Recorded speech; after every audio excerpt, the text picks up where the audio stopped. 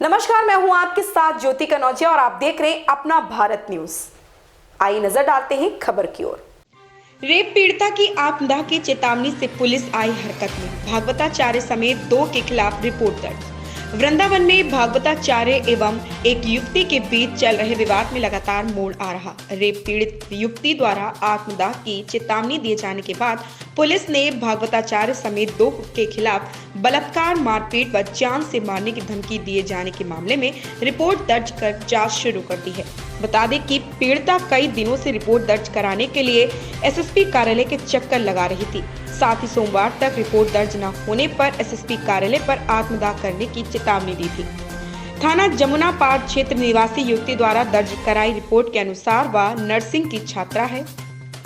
करीब 4 वर्ष पूर्व पानी गांव निवासी पुष्पेंद्र शुक्ला के साथ उसके प्रेम संबंध थे।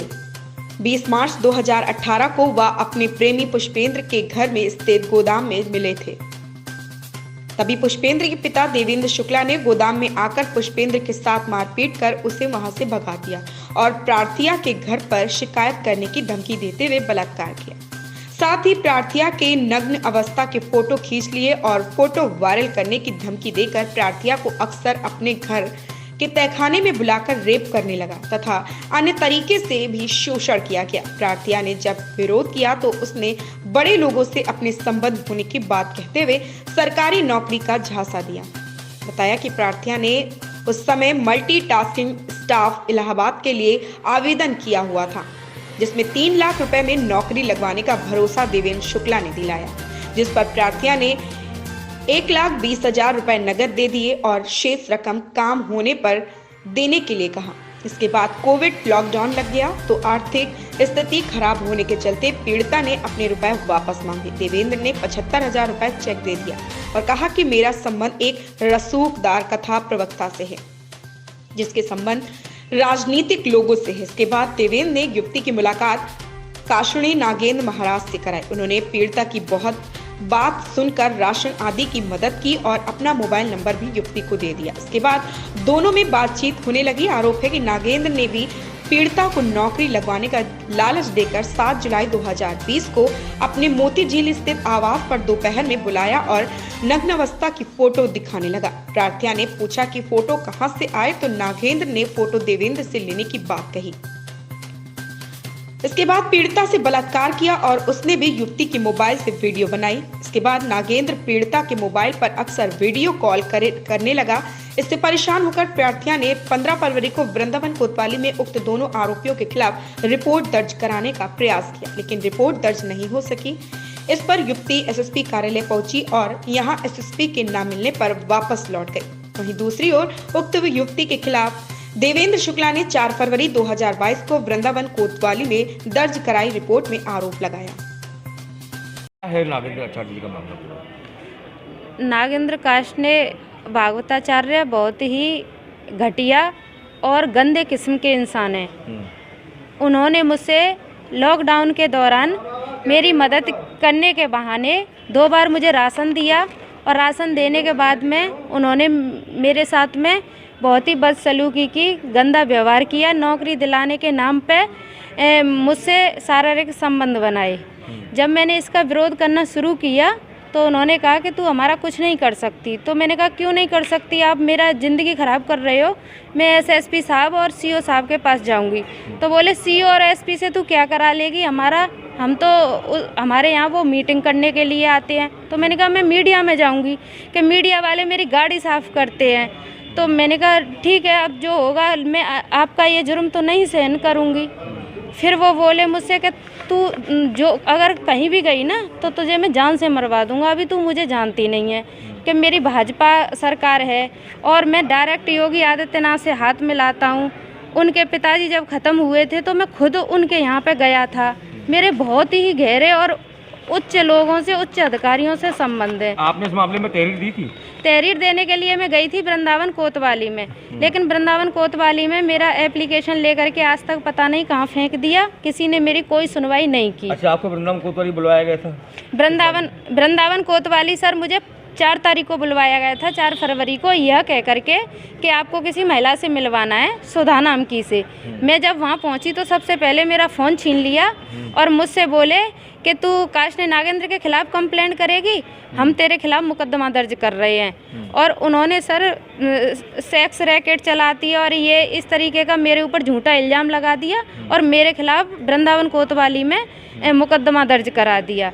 अब पुलिस से मैंने अपना फ़ोन मांगा तो बोले कि फ़ोन तो तुम्हारा नहीं मिलेगा, क्योंकि उसमें सारे एविडेंस थे काशनी नागेंद्र के, वीडियो रिकॉर्डिंग थी, स्क्रीनशॉट थे वीडियो के, जो वो नग्न अवस्था में मुझे वीडियो कॉल करते थे और उनकी सारी ऑडियो थी।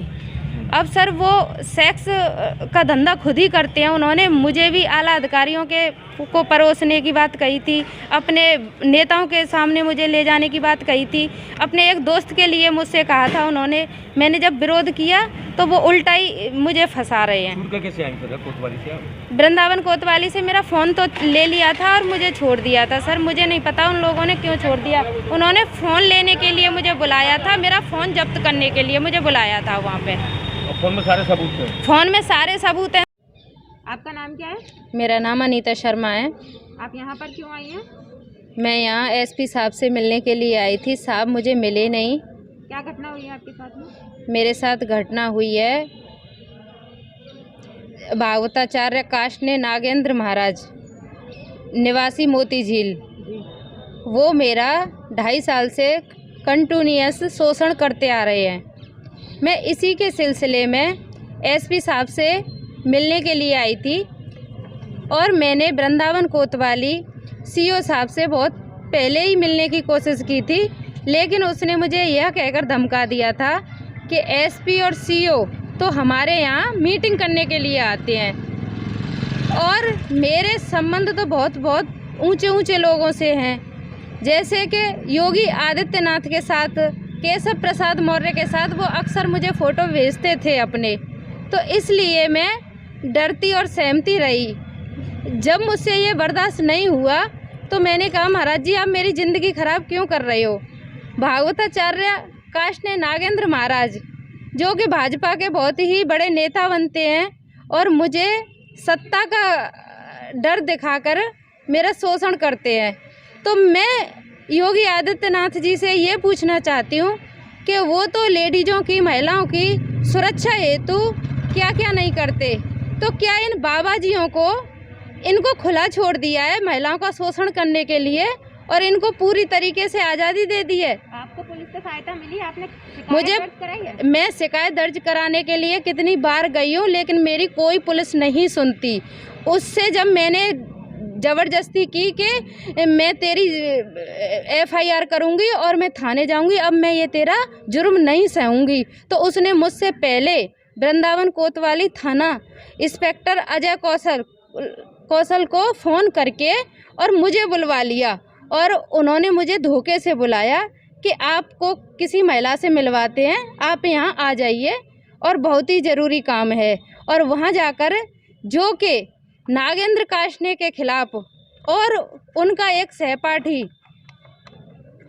देवेंद्र शुक्ला निवासी पानी गांव, उन्होंने कहा कि आप यहाँ आ जाइए और मेरे से मेरा मोबाइल जिसमें साक्ष्य थे, वीडियो कॉल थी, रिकॉर्डिंग थी, सारा पुलिस के द्वारा छीन लिया और साक्ष्य मिटाने के लिए मुझे डराया धमकाया और फिर मुझसे कहा कि अगर तूने कोई भी कंप्लेंट की तो तुझे जान से मार देंगे और तेरा पता भी नहीं लगने देंगे कि कौन सी दिशा में चली गई। तो साक्ष्य थे, वीडियो कॉल थी, रिकॉर्डिंग थी, सारा पुलिस के द्वारा छीन लिया और साक्ष्य मिटाने के लिए मुझे डराया धमकाया और फिर मुझसे कहा कि अगर तूने कोई भी कंप्लेंट की तो तुझे जान से मार देंगे और तेरा पता भी नहीं लगने देंगे कि कौन सी दिशा में चली गई।